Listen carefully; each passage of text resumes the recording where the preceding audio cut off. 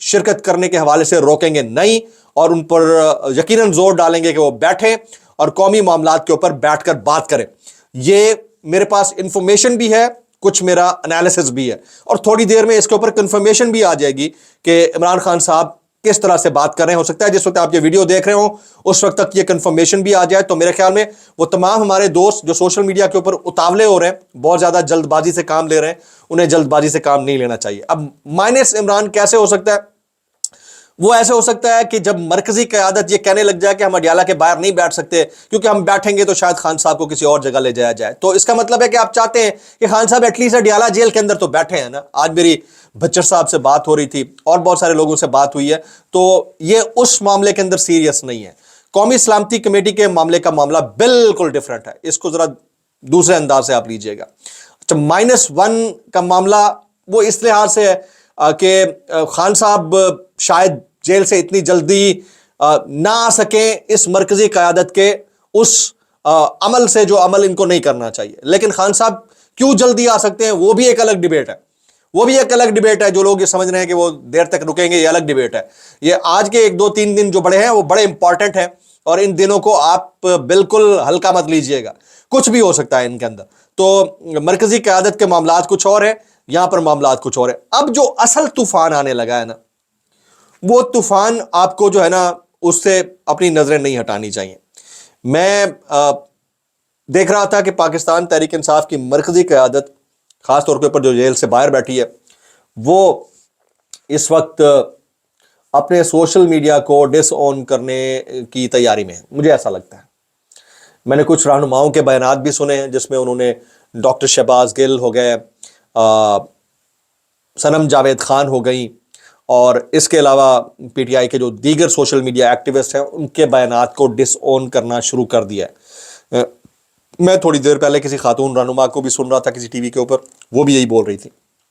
تو اگر یہ والا کام یہ کرنا شروع کر دیتے ہیں, کیونکہ یہ ابھی تک پاکستان تحریک انصاف کی مرکزی قیادت کو پتہ نہیں ریئلائزیشن ہے یا نہیں ہے, لیکن عمران خان کو ضرور ہے کہ اگر ان کے پاس احتجاج کیے بغیر یا احتجاج کرنے کی صورت میں کوئی نیوکلیئر پاور بٹن ہے, کوئی ٹریگر ہے, تو وہ سوشل میڈیا ہے. اگر آپ نے اس کو ڈس آن کر دیا, نوجوان آپ سے پیچھے ہٹ جانا ہے. یہ ذہن نشین کر لیجئے گا. اور اس طوفان کی آمد ہے, یہ میرے انٹرنل سورسز ہیں جو مجھے بتا رہے ہیں کہ اس پہ کسی حد تک کام ہو رہا ہے اور جاری ہے. اور یہ بھی میں آپ کو بتا دوں کہ جو مقتدریہ ہے, جو طاقتور حلقے ہیں, وہ اگر پی ٹی آئی سے کسی بات کے اوپر شدید خفا ہے یا ناراض ہیں تو صرف ایک بات کے اوپر کہ آپ اپنے سوشل میڈیا کو مینیج نہیں کر پائے یا سوشل میڈیا قابو میں نہیں آ رہا. تو اس کے اوپر اس طوفان کو پی ٹی آئی کیسے مینیج کرتی ہے اور اس کے اوپر پاکستان تحریک انصاف کا ٹائیگر کیسے رسپونڈ کرتا ہے, یہ آنے والے چند دن میں پتہ چلے گا. اچھا, اب یہ جو قومی سلامتی کمیٹی کے حوالے سے جو فہرست ترتیب ہوئی ہے اس کے اوپر شاہد خٹک صاحب ایک کامنٹ کرتے ہیں. وہ کہتے ہیں مجھے نہیں پتا اس معاملے پر عمران خان کو اعتماد میں لیا گیا یا نہیں لیا گیا, لیکن کمیٹی پر مجھے شدید تحفظات ہیں. جن اضلاع میں امن و امان کی صورتحال انتہائی خراب ہے, جس میں میرا ضلع کرک بھی شامل ہے, بحیثیت نمائندہ اس مشکل وقت میں اپنے علاقے کی نمائندگی سے محروم کرنا, کمیٹی میں شامل نہ کرنے پر پارٹی کے اندر بھرپور احتجاج ریکارڈ کروا رہا ہوں اور عوام کے ریکارڈ کے لیے ٹویٹ کر رہا ہوں تاکہ کل میرے اوپر سوال نہ اٹھایا جائے. عامر ڈوگر چیف ویب کے فیصلے ذاتی پسند ناپسند کی بنیاد پر ہوتے ہیں, وہ خود تمام میرٹ پر پورا اترتے ہیں, مشکل وقت میں جلد گرفتار ہو جاتے ہیں. یعنی یہاں پر انہوں نے یہ شبہ بھی ظاہر کر دیا کہ کچھ گرفتاریاں اپنے پسند ناپسند کے باعث خود ساختہ طور پر بھی ہوا کرتی ہیں, یہ وہ کہنا چاہ رہے ہیں. اچھا, اب انہی تمام باتوں کے بیچوں بیچ اللہ کرے کہ یہ والے معاملات جلد سدھر جائیں. اب مجھے تو اتنا لگتا ہے کہ عمران خان صاحب جو ہے نا وہ جلدی جو ہے وہ اڈیالہ سے باہر ہوں گے, مجھے ایسا لگتا ہے.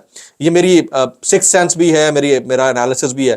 میں دیکھ رہا تھا آج پھر 2 علماء کرام ٹارگٹ کلنگ کا شکار ہوئے. عمران ریاض خان اس کے اوپر کامنٹ کرتے ہیں کہ پاکستان میں علماء کرام کے قتل کا جو سلسلہ شروع ہوا ہے وہ انتہائی خطرناک ہے. سیکیورٹی اداروں اور ایجنسیوں کو اپنا فوکس درست کرنا چاہیے, اس آگ کو پھیلنے سے روکنا چاہیے, اور یہ انتہائی ہولناک قسم کی آگ ہے, اس کو نہ روکا گیا تو مزید خطرات بڑھیں گے. اچھا, آج میں ایک اور چیز دیکھ رہا تھا, یہ میاں شہباز شریف صاحب نے کامنٹ کیا ہوا ہے. وہ کہتے ہیں دانش university Oxford M I T Stanford Berkeley سے کم درجے کی یونیورسٹی نہیں ہوگی. مجھے صرف یہ پوچھنا تھا کیا اس یونیورسٹی میں مینڈیٹ چوری کرنے کے اوپر لیکچر دیے جائیں گے کہ ان سے کم نہیں ہوگی؟ یا یہ یونیورسٹی القادر یونیورسٹی سے امتیاز اس لیے رکھے گی کیونکہ یہاں پر مینڈیٹ چوری کرنے، الیکشن کمیشن کو مینیج کرنے، ووٹرز کا دل توڑنے اور پھر 17 سیٹوں کے اوپر اقتدار قائم کرنے کے اوپر باقاعدہ پی ایچ ڈی کروائی جائے گی؟ مطلب یار کیسے کر لیتے ہو یار، کیسے کر لیتے ہو؟ اور وہی 190 ملین پاؤنڈ جو عطر لگا کر، خوشبو لگا کر، نہا دھو کر، پاک صاف ہو کر دوبارہ سے آپ کو یونیورسٹی بنانے کے لیے ہیلپ فل ہوگا، بڑا زبردست ہے، لیکن وہی ناپاک قسم کا بغیر دھلا ہوا گندا اجلا نہیں تھا بلکہ میلا کچیلا قسم کا 190 ملین القادر یونیورسٹی میں لگا تو اس نے بہت بدبو پھیلائی۔ مطلب میں اتنا کہنا چاہوں گا بھائی کیسے کر لیتے ہو یار۔ اچھا میں کچھ بیانات اور بھی شامل کرتا ہوں، جیسے شیر افضل مروت صاحب کہتے ہیں کہ علی امین جب احتجاج کے لیے نکل رہے تھے تو اس وقت تک بی بی صاحبہ کا کوئی پلان نہیں تھا کہ وہ احتجاج میں شریک ہوں گی۔ علی امین انہیں لے جانا چاہتے تھے تو بی بی نے کہا میں پیدل چلی جاؤں گی، جس وجہ سے انہیں ساتھ لانا پڑا، میں اس وقت ان کے ساتھ ہی تھا۔